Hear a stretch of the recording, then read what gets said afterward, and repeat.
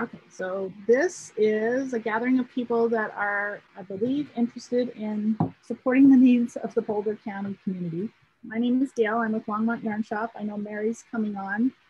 She's our internal champion that's helping. She's a volunteer that's helping the yarn store provide resources for the community. In the past, over November of 2011, we started making warm things for the homeless. Long before the yarn store opened, and we've been doing stuff ever since, and we have chosen March as our month to really focus on the needs of our community. So Mary's still coming in, but we have guests from the R Center, Hope. Liz is from the, remind me, Liz? Colorado Friendship? Yes, Colorado Friendship. Okay, so let's start. Mary's still trying to come in. We're recording. I think what we should do is start with Liz, if you would. That's the agreement we had at the front end, is we're going to hear from these organizations and learn of ways that we can reach out and support them. Sure. You want me to start? Yes, thank you. Okay. Sure. So I'm Liz Friedenson. I'm the executive director of Colorado Friendship. We're a nonprofit that's been working in this community for over 22 years. We have several programs, but the one that probably is most closely aligned to what you guys are trying to do here is we call it our Meals on the Street program. So we have a mobile trailer, and every Sunday we bring that trailer down to Boulder, and we set up in a parking lot where we put up tables and other things, and we serve a hot meal to the homeless that come there. And we also load our trailer with all sorts of supplies, and the homeless can receive all sorts of clothing and other supplies that they need from the trailer. So we've been, again, running that program for over 22 years, and we've never missed a Sunday in that time. We can see anywhere from 20 to 120 homeless on any given Sunday night. So the needs vary quite a bit. Needless to say, there's a higher need in the winter. We're seeing folks who, for the most part, will be sleeping outside or in cars or that kind of thing. So as far as our needs go, I'm going to guess that most of us have pretty much the same needs. But of course, I always tell people, think warm and camping. Anything that people can use to be warm if they're going to be sleeping outside. We definitely need coats and sleeping bags and pants, sweatshirts, jackets, those kinds of things. We can use hats and scarves and gloves. We have a high need right now for men's shoes. That's something like sneakers and boots. What else? Things like definitely coats, sleeping bags, anything warm that folks can use. We're pretty well set on our food. We choose to purchase the food because we make a big meal that we serve to all of the folks that come. It's easier for us to budget money that we go out and purchase the food and make a big meal that we serve. So we don't do a lot of food collecting at Colorado Friendship, but definitely the more clothing that we can get in, the easier that is for us. We will purchase some things when we can't get them, like socks and underwear, because of course we want those new. But other things we try and take in as much as we can, and that helps our budget. You asked for things that we don't need. I would say we certainly do not need anything dressy. We are not seeing people who are looking for work clothes or that kind of thing. We do not, thankfully at this program, we do not see children. We see mostly men and some women. So we tend to focus more on men's clothes, but also women's clothes.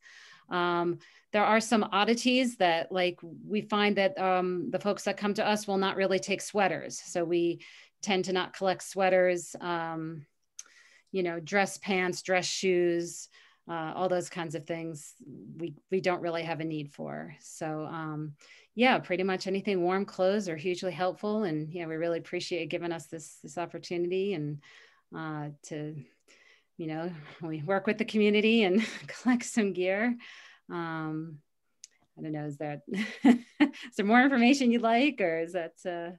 Is there a drop-off location where people can bring these Oh, items? right. We have our warehouse, which is located in Longmont. However, we are all volunteers, so we tend to kind of come and go as needed. We're not always there. So I can suggest two things. If you're closer to the Boulder area, our trailer is in location every Sunday night. Sometimes if I have folks that are close to Boulder, they'll actually stop by on a Sunday night and drop off stuff, which we'll then bring back to our warehouse and store it and that kind of thing. For people who are closer to Longmont, I can give you my email and phone number. I'll put it in the chat. And then what's probably best is if you contact me or send me an email, and then I'll let you know when we'll have folks planning to stop at the warehouse. And that's the best time to drop things. Unfortunately, we've learned over the years that to put a drop box in front of our location results in collecting a whole lot of stuff that is not useful. And we just don't have the staff to sort through the stuff. So we try and somewhat regulate, you know, what comes in and you know, try and not let the junk pile up. So it's easier to collect stuff when we're there. I do see some questions. I don't know if you want me to answer these or just answer them in chat. No, I'm glad you saw Bab's question. So. Okay. So yeah, Andy, you have extra socks. Okay, I'll talk to Andy, and I'll post in the chat my email and phone number. And so yeah, for sure, if anybody has donations, to just pop me an email and we can work on a drop off if that works. Okay. Babs wondered if small men's sizes are okay. Yes. In fact, for reasons, things that I can never really explain, we are always short on men's like 30 to 34 size pants. I don't know. I guess they're all really skinny because 30 to 34, we can't keep up with. We have bigger sizes seem to do okay. And the other thing that, yeah, I guess the other thing we've had a lot of requests for lately are just like sweatpants and leggings and that kind of thing. I guess, yeah, I think folks are trying to layer a little bit more and they like the sweatpants because we tend to carry more jeans in our what we've got. But yeah, I don't know, sweatpants have been requested. They love hoodies. Hoodies are big, anything, you know, the fleeces, the sweatshirts, but particularly things with hoods, jackets, sweatshirts, those are definitely desired. So. Sounds good. Well, thank you for sharing. And sure. Thank you so much for having us. I'm trying to figure out how to reply to everybody here. My neighbor, Sharon Naiman, comes and distributes stuff from the yarn store to Colorado Friends. Okay. Yes, and Sharon is a big lover of pets. So she actually brings us oftentimes pet food. And so that's nice that we have on hand. So when we have folks come through that have dogs or cats, we can hand them a little bit of pet food. And she often brings that and donates it. So that's very helpful. Yeah. And she was actually someone that we had a donation of a really bright shawl that was kind of a neck thing. And the woman that she gave it to in Boulder at the meal that you guys were serving was so excited. She said, I've never had anything handmade in my life and anything so colorful and beautiful. So that blew the theory out of the water that people are trying to be discreet and wear dark colors and browns and blend in. So. Yeah, it's always hard to pinpoint the different preferences that you'll see. I have noticed we tend to not pick up a whole lot of real bright orange and yellow things. They do tend to want darker clothes, but that's not necessarily everybody. Sometimes some folks are real happy to have something colorful and bright and you know, so yeah, we never know, but yeah, you definitely can't go wrong with the darker colors, you know, that's and I find it's also easier for us when things are more generic, things that can be for either, you know, when we get things that are hot pink, we have a lot of men who look at them and say, you know, I'm not going to wear that. So certainly things that can kind of go, you know, for anybody are very helpful. Great. Thank you. You bet. Mary, I see you're back, and we went ahead and Oops, we're back. I don't see you now. We went ahead and let Liz speak, and I guess we have Tiffany. Tiffany, if you can hear us and can go on audio. Tell us I can hear you. Great. I hope that you can also hear me. So everyone, I apologize that I am not on video. I would much rather be seeing all of your faces than seeing the road, but I am currently driving, and so I am on audio only, which also means I'm not particularly able to respond to the chat. So Gail or Mary, if you don't mind just reading questions if they come up, I would appreciate that. So with that said, also, if you start to not be able to hear me, please try to indicate that so that I'm not keeping you all occupied without you actually being able to hear anything. So now with that said, I'm Tiffany. I'm the Director of Development with the Boulder Shelter for the Homeless. And our mission is to create avenues to stable housing for our community's homeless adults from a foundation of safe and supportive shelter. And so we offer a number of different programs. They range from coordinated entry, which is the entry point for anyone experiencing homelessness in Boulder County, to receive a referral to one of the different programs that can support them. And that can happen in Longmont or in Boulder. And we start there, and then we offer street outreach, and we offer shelter programs. We offer severe weather shelter during the winter months. And then we, of course, ultimately want to offer housing. And so we work toward housing as the ultimate goal, no matter what referral someone gets into one of our programs. So that said, the vast majority of people that we serve, we are serving through the shelter itself. Our capacity during COVID went from 160 down to 90 at one point, and we have been able to make modifications to the facility to open our doors back up to 140 individuals. And then during the severe months of the year, we have sheltered up to 25 people in hotel rooms so that we are maintaining our capacity, our historic winter capacity, and also providing an environment that is safer for our most vulnerable clients who, should they be exposed to COVID, might fall terribly ill.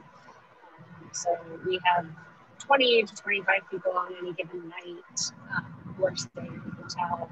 They're still receiving services through us, like case management, and they get their meals from us. They would still be getting supplies, like your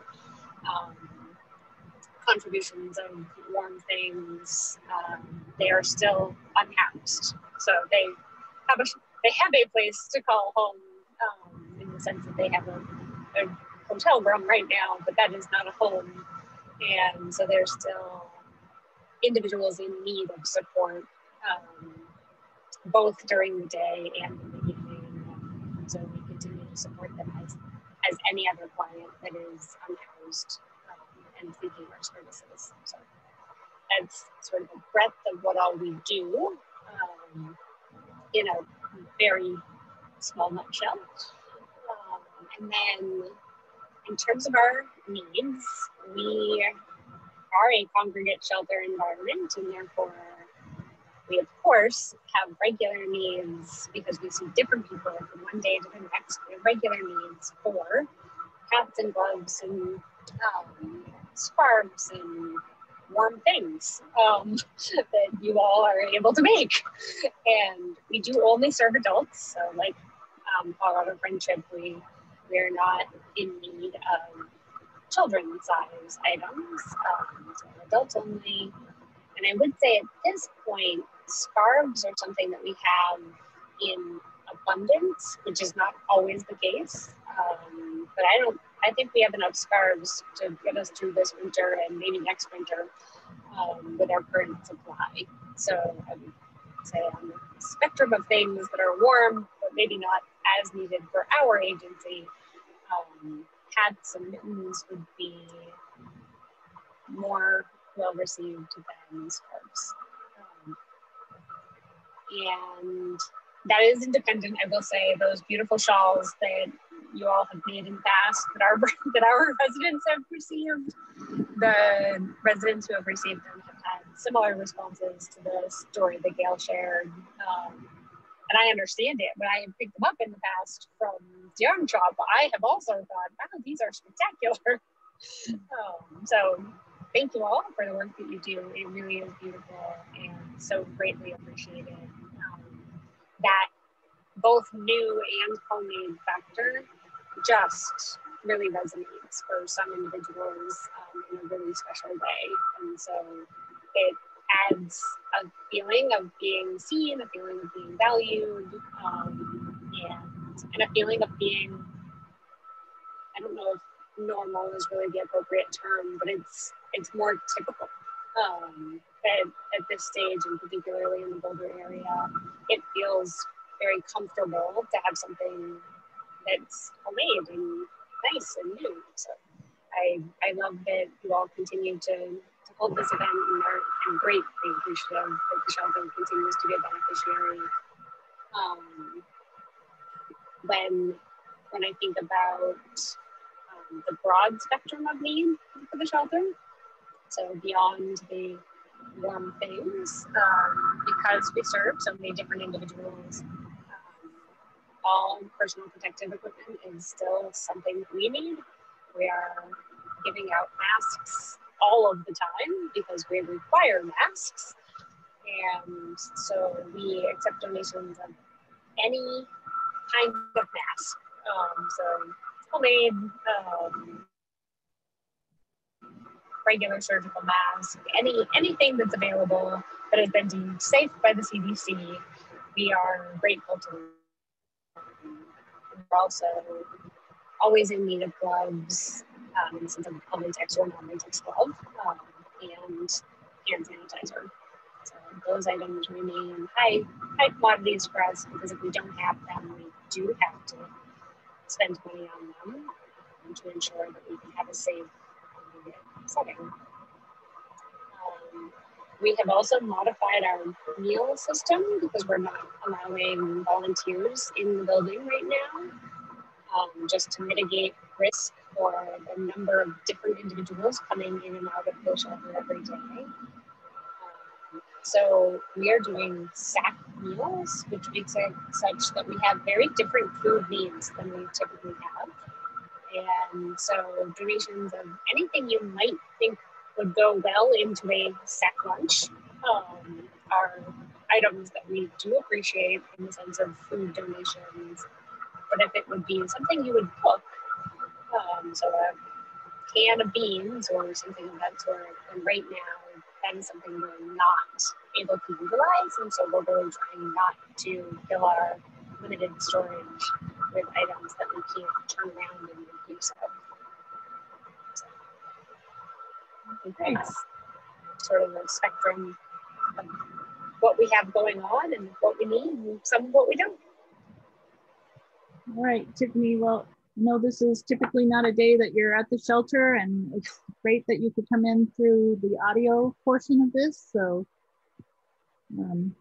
your website has a lot of information that's really valuable too for folks to know how to support your organization. So thank you for coming in. And again, this will be recorded so people can listen to this if they missed the meeting today. Great, thank you. All right, the next person I'd like to introduce is Mark from the R Center. The R Center has a legacy of giving to our community, and we're grateful for them. Yeah, thank you. My name is Mark Cowell. I've been the executive director for just under 2 years now. Came in just before the pandemic happened. The Hours Center, our mission is to help people move towards self-sufficiency by unifying community resources. The Hours Center has been serving the St. Vrain Valley community since the mid-'80s. And over the course of that period of time, of course, a lot of things change in the organization. changes to meet the needs of the community.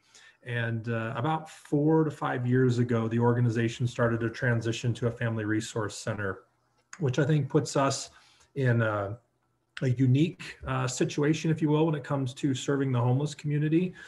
We don't serve the homeless community as deeply as we once did. And part of that's because we have such great partner organizations in our community. So, for instance, we work a lot with Hope. We do a lot of referrals to Hope because Hope is really taking that lane over quite a bit, especially with the coordinated entry and their partnership with the Boulder Shelter. But that doesn't mean that we don't work with the homeless population. As a matter of fact, right now, during this pandemic, all of our services have been moved outside. So for an individual or family to access, let's say our pantry, it's a drive-through system. We still have our community cafe up and running, and we're providing lunches from 12 to noon, 7 days a week. And we'll have 30 to almost 40 walk-ups come to get lunch every day. And we know approximately 90% of those individuals who walk up are homeless. And then we also have another 10 to 12 individuals who drive through who live in their campers or live in their cars. So we still have a connection with the homeless community, but it's just not quite as deep. And the way we look at ourselves in the homeless, working in the homeless community or the homeless world is a continuum. I look at us as we're before a family or an individual might become homeless, and then after. So a lot of our work is try to prevent an individual or household from becoming homeless. So that's been huge for us during this pandemic because we've seen many, many families, many, many individuals who have lost their job. They might have worked 2 or 3 jobs, and that second job or that third job might have been in the restaurant industry, or might have been with small business. And when those positions were lost, all of a sudden that extra $200 or $300 they were earning, they're not, and now they're really struggling to meet all their needs and really facing the difficult decisions of, do I skip meals this week so I can pay my utilities? Do I skip this bill so I have enough for my rent?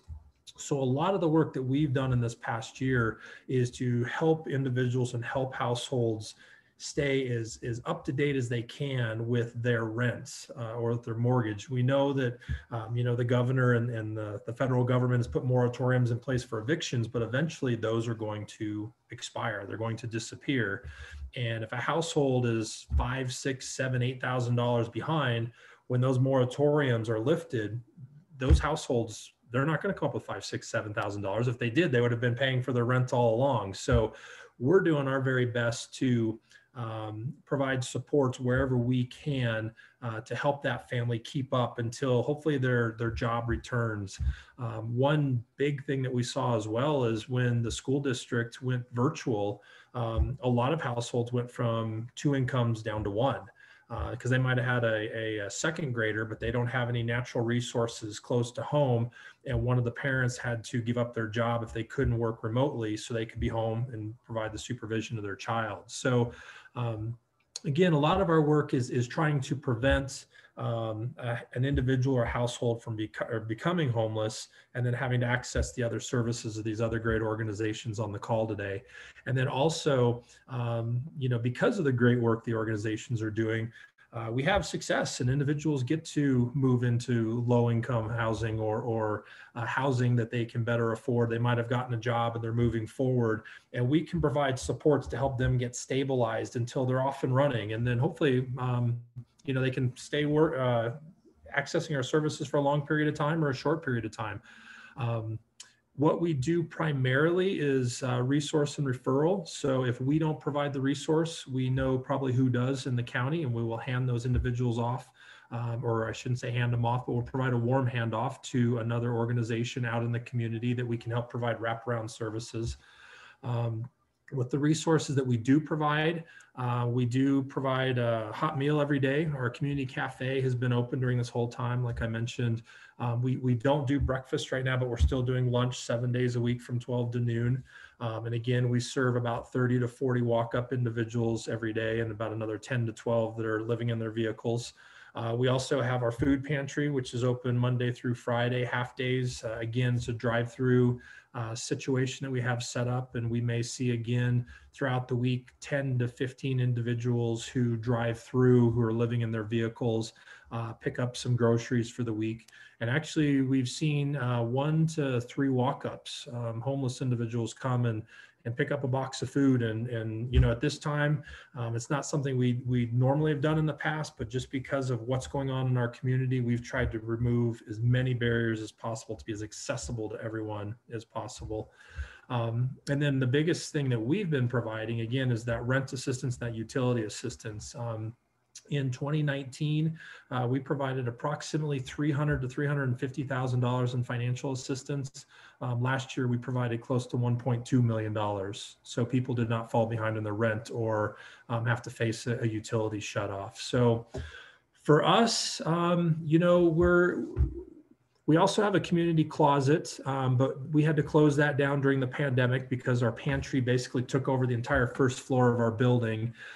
So we're currently not accepting clothing for that program, but we're hoping that we're going to be opening again this fall in some fashion. And we're actually working on changing the focus of our community closet a little bit, where we're not just having a clothing bank, but we're looking to also offer small appliances and sheets and pillows. So again, you know, if an individual or a family's just moved into town, or their housing voucher just got accepted and they're moving into a place with minimal household supplies, that we can provide that free through our community closet. We're always looking for non-perishable foods for our pantry. If you go to our website under donations, you can see a list that's changing all the time, just because the donations and the orders we have coming in change all the time. And then, of course, financial assistance is always king. That's what we can turn around and provide to help with rent assistance and utility assistance. And then I think I would also just close out by saying, if you're local and in the St. Vrain Valley, we're always looking for volunteers. It takes anywhere from 30 to 40 volunteers a day to run our center, even with us working outside of our building right now. We've created where we've got social distancing at all times, whether it's in our commercial kitchen or in our pantry area or working outside. Our staff and our volunteers are all masked up, and about half of our staff are already through the vaccination, and many of our volunteers, because of their age, have already received their vaccination as well. So we feel like our safe environment, as safe as we could make it's getting safer by the day. So volunteers is always something we're looking for as well if you're local in Longmont. So real quick nutshell about us. If there's any questions or if there's anything else you'd like me to add, just please let me know.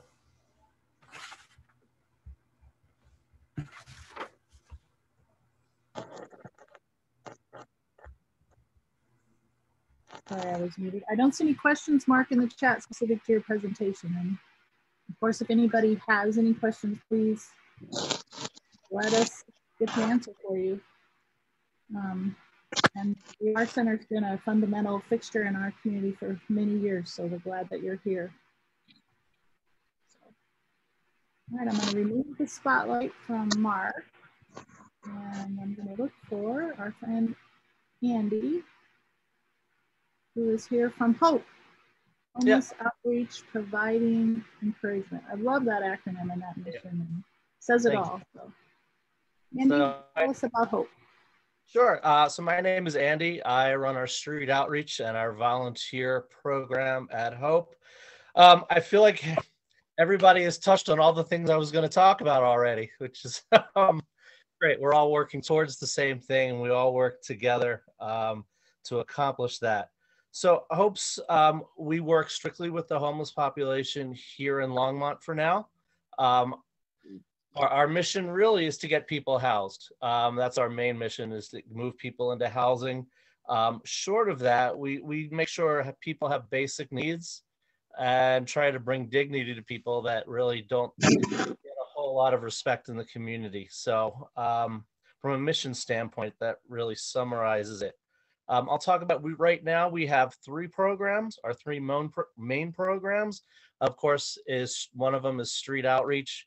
And that's where a lot of our donations go. So people that are donating clothing, a lot of it ends up to the folks that are actually living on the streets.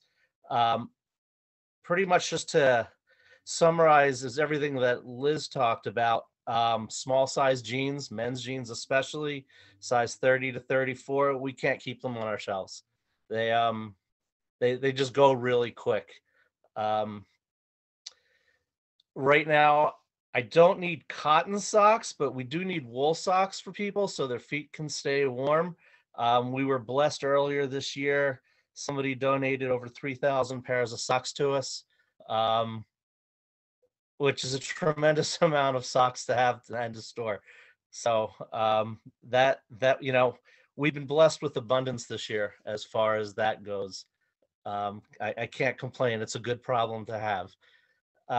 Wool socks, some of the odder things that we need, which will tie more. Let me get back to donations. So we could use some more hats, but getting back to what everybody's talked about, dark colors are preferred. Every once in a while, we get somebody who really wants that bright green hat or a pink hat, but it's really the dark colors and sort of bigger hats with tighter weaves. So if it's a loose weave, the feedback we get is it doesn't keep their head very warm. So a tight weave or a tight knit does a better job. We could use wool socks I talked about, jeans. Those are the things that make it to the streets. We have a sheltering program. So we are sheltering people here in Longmont. I'd say we're averaging 25 to 30 people a night on days when it's nicer out. I don't know what to expect tonight because it seems like a really beautiful day. And when it was cold, we were close to capacity of 49 people each night. To do that, we need to feed those folks. So because of COVID, we've moved more towards paper plates and paper bowls. So it's sort of an odd donation item, but it's something we go through a lot of. We feed our people through our Soup Angel program, which is a volunteer-based program. If anybody out there outside of knitting really likes to cook, we're looking for more people to cook. We ask people to cook about 10 to 15 meals, family style, and that goes directly either to our shelter or to our other program, which I'm going to talk about momentarily. That other program is our Safe Lot program, which started this year. It gives people that are living in their cars a safe place to park at night. We provide them with meals, showers, and case management around that to get them into housing. I found out last week or the week before that everybody who started with our program back in June is now housed. So, as people get housed, we're able to bring new people into the program and move them towards housing as well. So we've opened up our second lot recently and looking to open up our third lot shortly here in Longmont.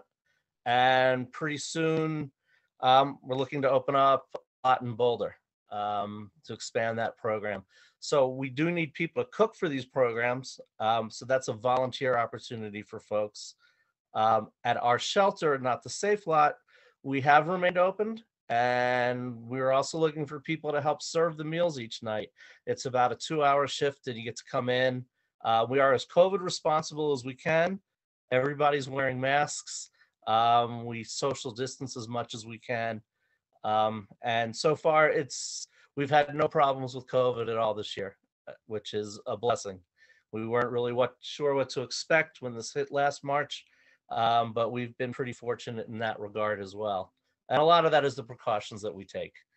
So our clients right now are getting tested weekly, and volunteers in the community and everybody's taking the precautions they need to take. If people aren't feeling well, they don't come in. We highly encourage that self-responsibility, and everybody seems to be pretty good with that. So we are short volunteers there. I could use a few more people. I'll leave my information here in the chat and just reach out to me and we can get that set up. That is all I have on my list. So I'm open to answer any questions. I'm seeing them pop up here. Hats can be made out of yarn. Yarn is okay. That works well. And people in the Safe Lots, right now, You know, lap robes is kind of an interesting thing. We have quite a few blankets. Lap robes may be good. You know, we also accept pets in our safe lot, so maybe something that you know, a dog or a cat could sleep on or get covered up. I might be a good thing.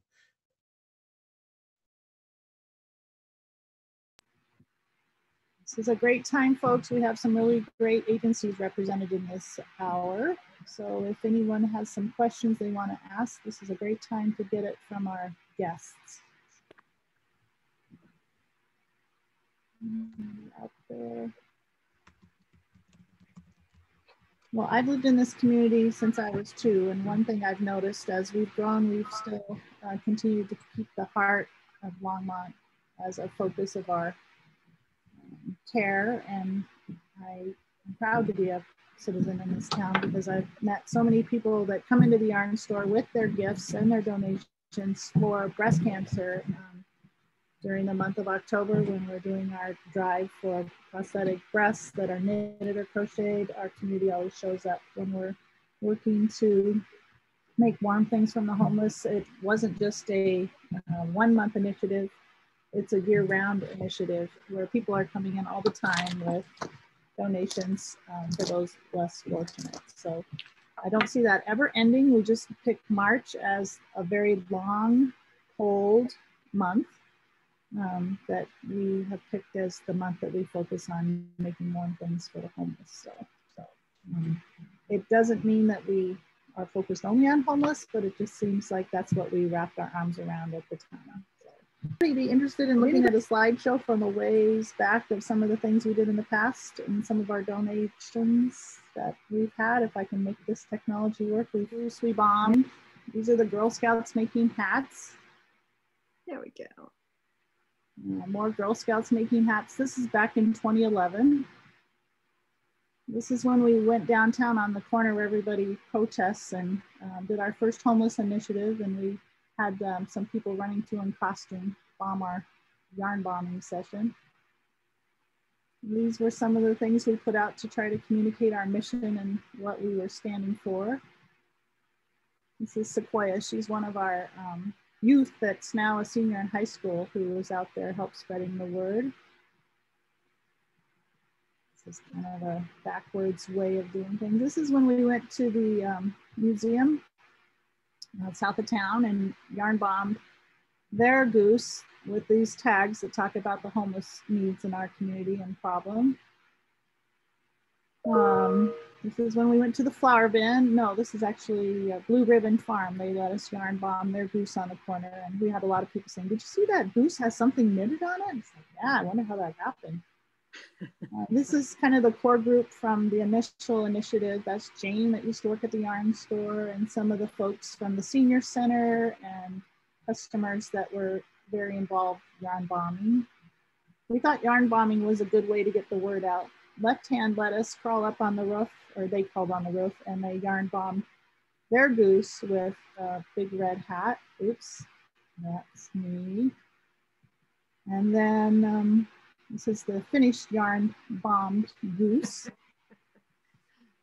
And these are some of our community members that are busy that day making warm things for the homeless around our table back in the day when we could do that. And this was another gathering of folks that came in to make warm things for the homeless. And let's see if there's anything else. This is a current donation. This is Janet. I think she might even be in this meeting. She just brought in 21 hats to distribute and share. We have a very, like I said, generous community. I guess the funny thing was I went down to the city of Longmont after we yarn bombed all these other geese that's highly pixelated, and said, "We've bombed every goose in town but yours in the city building." And they're like, "You've done what?" And I told them, I said, "Did you get permission?" And I said, "Yeah." And she said, "Did you really go to the museum? They should have never let you do that." And they demanded that we stop defacing public property. So last February, we yarn bombed downtown with hearts. And I went to the LDDA and said, "Okay, we'd like people to wake up on Valentine's Day with some handmade hearts." to spread some love. And would you back us if the city gets on our case and they say we will back you? So nobody threw us in jail. But I have to tell you, back after the city told us we couldn't deface public property, we were a little bummed that we couldn't put more hats on geese and take pictures to promote awareness about homelessness. So. Any other comments or thoughts? I see there's another pop up in the chat. Andy gave some information about hope. I'm always reminded when the Girl Scouts learned about homelessness and Hope came and talked with them. The fellow that shared his story talked about having a full-time job, working overtime, doing construction, slid off a roof, and went from being a member of our community who could meet the bills and expectations of his situation to someone that found himself in a hospital without health insurance from his employer and then homeless after he shared how all of us, I think, could actually be one banana peel away from being homeless or in need. And it just reminds me every day how lucky I am and how much I have to, that I need to give back to the community. So I hope all of you guys know how much I appreciate you coming. I'm sorry I'm couple, but. We want to thank you for bringing this program and for bringing the people together to learn about the different organizations. And we appreciate everybody that came today and I learned a lot for the organizations that we have here in Longmont and Boulder, and appreciate the work that everybody does, whether it's knitting a hat or it's, you know, making sure somebody has a place to stay overnight. And then we have the yarn shop to help us all provide and give us that opportunity. Thank you. So again, if you bring things in, don't take it personally or offense, but if you make warm things, we will be putting them in a plastic bag and then bringing them down in the basement and then distributing to the organizations that need.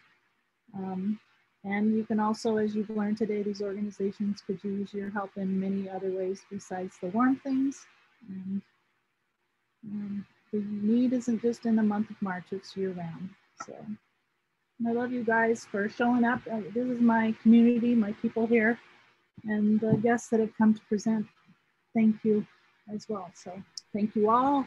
Thank you. We appreciate it. Thank you. Take care. Have a great Thank you. You have a great weekend.